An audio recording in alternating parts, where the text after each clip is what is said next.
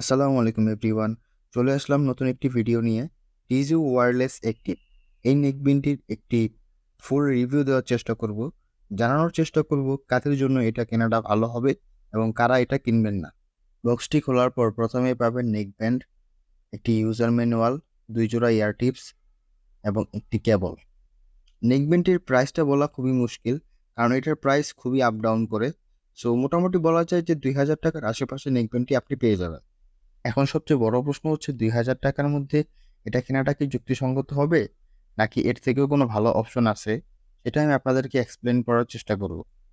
এখন যাদের বাজেট ৳২,০০০ আশেপাশে একটা ভালো নেকব্যান্ড খুঁজতেছেন, বুঝতেছেন না কোনটা কিনবো, তাদেরকে বিশেষভাবে অনুরোধ করছি সম্পূর্ণ ভিডিওটি একদম শেষ পর্যন্ত দেখার জন্য। আশা করছি ভিডিওটা আপনাদের নেকব্যান্ড কেনার ক্ষেত্রে অনেকটা হেল্প করবে।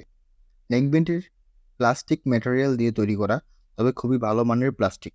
পার্সোনালি আমার কাছে নেকব্যান্ডটির ডিজাইন খুবই ভালো লাগছে এবং ওয়্যারের কোয়ালিটি যদি আমি বলি তাহলে খুবই হাই কোয়ালিটির ওয়্যার ইউজ করা হয়েছে। সহজে ছিঁড়বে না, এতটুকু আমি নিঃসন্দেহে বলতে পারি। বাটনগুলো খুবই ক্লিকি ছিল। গলায় যখন আপনি এটা পরে থাকবেন তখন কোনো প্রকার অস্বস্তি ফিল হবে না। এটা আমি আমার এক্সপেরিয়েন্স থেকে বলতে পারি, খুবই কমফোর্টেবল ছিল। বাডসগুলোকে আপনি যদি আলাদা করেন তাহলে নেকব্যান্ডটি অন হবে, আবার যখন লাগিয়ে দিবেন নেকব্যান্ডটি অফ হয়ে যাবে।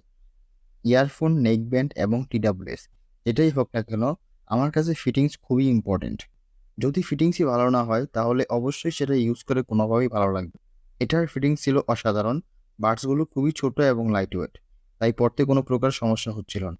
বক্সের ভিতরে ২ জোড়া এক্সট্রা এয়ার টিপস দেওয়া হয়েছে, ছোট এবং বড়। তো ছোট যে এয়ার টিপস সেটা আমি লাগানোর পরে আমার কানে মিডিয়ামটার থেকেও খুব ভালো ফিটিং পেয়েছি, তাই আমি ছোটটা লাগিয়ে ব্যবহার করেছি। আপনি আপনার কানের শেপ অনুযায়ী এয়ার টিপস লাগিয়ে নিবেন। এটা আপনার ফিটিংসে খুব হেল্প করবে। বাডসগুলোকে যখনই আপনি আলাদা করবেন, তখনই এটা পেয়ারিং মোডে চলে যাবে এবং ফোনের ব্লুটুথ অন করে আপনি খুব সহজেই নেকব্যান্ডটি কানেক্ট করে নিতে পারবেন। একবার কানেক্ট করার পরে বারবার এটি কানেক্ট করার কোনো প্যারা নেই। তারপর থেকে যতবারই আপনি বাডসগুলোকে আলাদা করবেন, ততবারই ফোনের সাথে অটোমেটিক্যালি কানেক্ট হবে এবং যতবারই আপনি বাডসগুলোকে লাগিয়ে দিবেন, ফোনের থেকে ডিসকানেক্ট হয়ে যাবে। তবে সেক্ষেত্রে অবশ্যই ফোনের ব্লুটুথটা সবসময় অন করে রাখতে হবে। নেকব্যান্ডটিতে realme লিঙ্ক অ্যাপসের সাপোর্ট রয়েছে। প্লে স্টোর থেকে অ্যাপসটি আপনি খুব সহজেই নামিয়ে নিতে পারবেন এবং আপনি অ্যাপস থেকে অনেক ফ্যাসিলিটি উপভোগ করতে পারবেন। যদি ফোনের সাথে নেকব্যান্ডটি কানেক্ট থাকে তাহলে অ্যাপসটি ওপেন করলে অ্যাপসের মধ্যেও অটোমেটিক কানেক্ট হয়ে যাবে। তারপরে আপনি ফিচারগুলো উপভোগ করতে পারবেন। অ্যাপসে ঢোকার পরে কিছু স্টেপ পার করতে হবে, যেটা খুবই সহজ, আপনি নিজেই করতে পারবেন। নেকব্যান্ডটিতে ৩টি বাটন রয়েছে।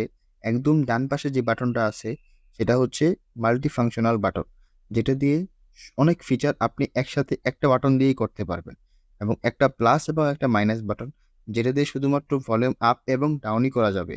অন্য কোনো কাজ ওই ২টি বাটন দিয়ে আপনি করতে পারবেন না। অ্যাপসে ঢোকার পর একদম নিচে বাটন সেটিং নামে একটি অপশন আছে। ওই অপশনটিতে ঢোকার পর আপনি মাল্টি ফাংশনাল বাটনকে বিভিন্নভাবে ইউজ করতে পারবেন। এখানে ৪টা অপশন আছে: single tap, double tap, triple tap এবং টাচ অ্যান্ড হোল্ড।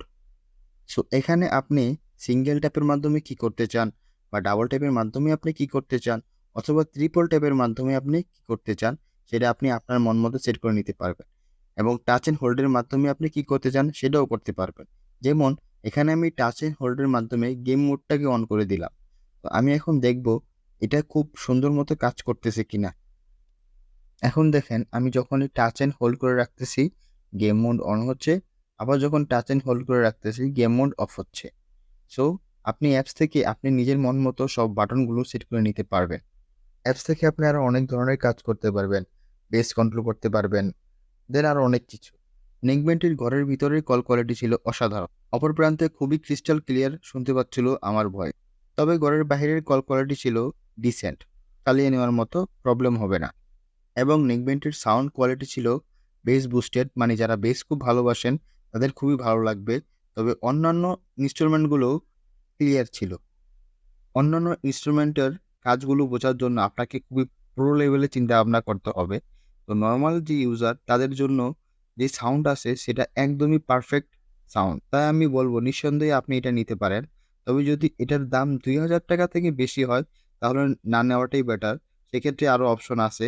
বাট ৳২,০০০ কমে যদি ৳১৫০০ বা তার কিছু বেশি দামে আপনি পান, তাহলে নিঃসন্দেহে আপনি এটা নিতে পারেন।